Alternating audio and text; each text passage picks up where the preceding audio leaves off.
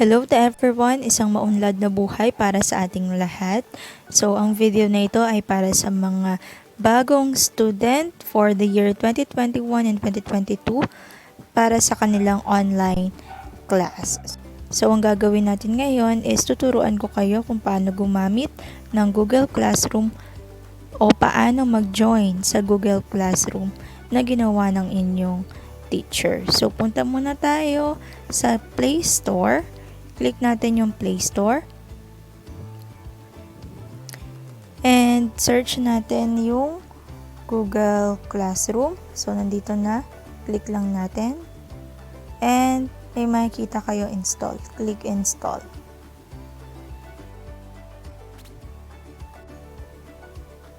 Ayan. Then, na-installed na. Punta tayo sa home screen. And punta tayo dito sa Classroom. Click natin yung Classroom. Ayan. So, makikita ninyo, wala, blanco, malinis, walang mga klase. So, para makakapag-join tayo sa class na ginawa ng teacher ninyo, click nyo lang tong plus sign. Then, may makikita kayo, create class for teachers, yan.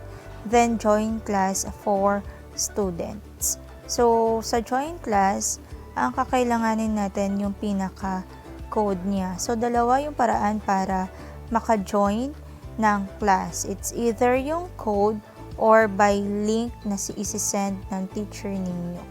So, kunin natin yung code. Example, nag-send si teacher dito sa messenger, nagbigay ng code. Ayan, click lang natin or copy lang natin yung code. Then, balik tayo sa Google Classroom. Click natin yung plus sign, join class. Then, type natin or paste natin yung pinaka-code. Then, click natin yung join.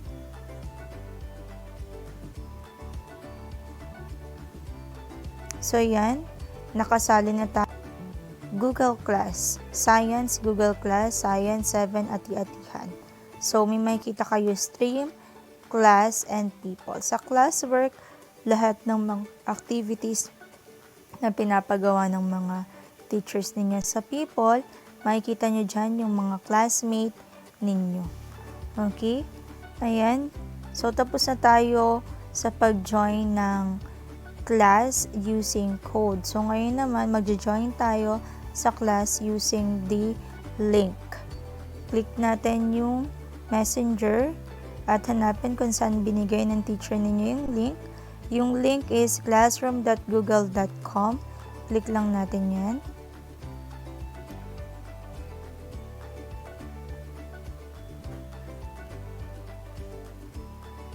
Then, may makikita kayo join. Click nyo yung join class. Ayan. So, nakapasok na tayo sa Google Classroom. So, may makikita ulit kayo, stream, class, people.